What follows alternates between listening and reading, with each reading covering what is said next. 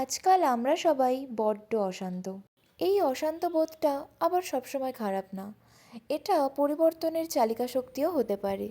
লক্ষ লক্ষ মানুষ এই একই অনুভূতি নিয়ে লড়াই করছে, আর এটা থেকে কিন্তু বেরিয়ে আসাও সম্ভব। শুধু নিজের ওপর ভরসা রাখতে হবে। নিজের মনকে নিয়ন্ত্রণ করাই সবচেয়ে বড় শক্তি। মনের ভেতরে যতটা শান্তি, বাইরের জগৎ ততটাই সুন্দর। মন শান্ত রাখলে চারপাশে সবকিছুই ভালো লাগে। তাতে করে কোনো উদ্বেগ তোমাকে বিরক্ত করতে পারবে না। অতীতের জন্য অনুশোচনা না করে বর্তমান মুহূর্তে বেঁচে থাকার মধ্যেই মনের শান্তি পাওয়া যায়। এখনকার মুহূর্তটাকে উপভোগ করো, শান্তি আপনা আপনি চলে আসবে।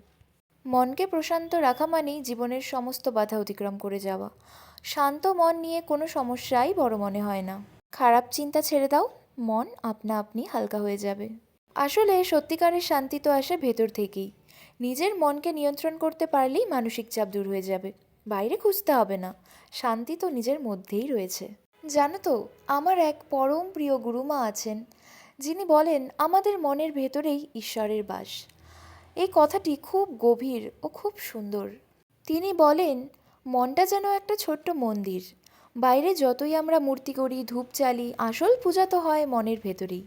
যখন মনে শান্তি থাকে, করুণা থাকে, ভালোবাসা থাকে, তখনই সেখানে ঈশ্বর বিরাজ করেন। আর যখনই মনে অহংকার, রাগ, লোভ এসে ভিড় করে, তখন সেই মন্দিরটা অন্ধকার হয়ে যায়। ঈশ্বর তখনও আছেন, কিন্তু আমরাই তাকে দেখতে পাই না। তাই সবচেয়ে বড় সাধনা হলো মনকে পরিষ্কার রাখা। একটু দয়া, একটু ক্ষমা, একটু কৃতজ্ঞতা, একটু ভালোবাসা, এগুলোই যেন ধূপের ছোঁয়া, যা মনের ভেতরে ঈশ্বরের কাছে পৌঁছে যায়।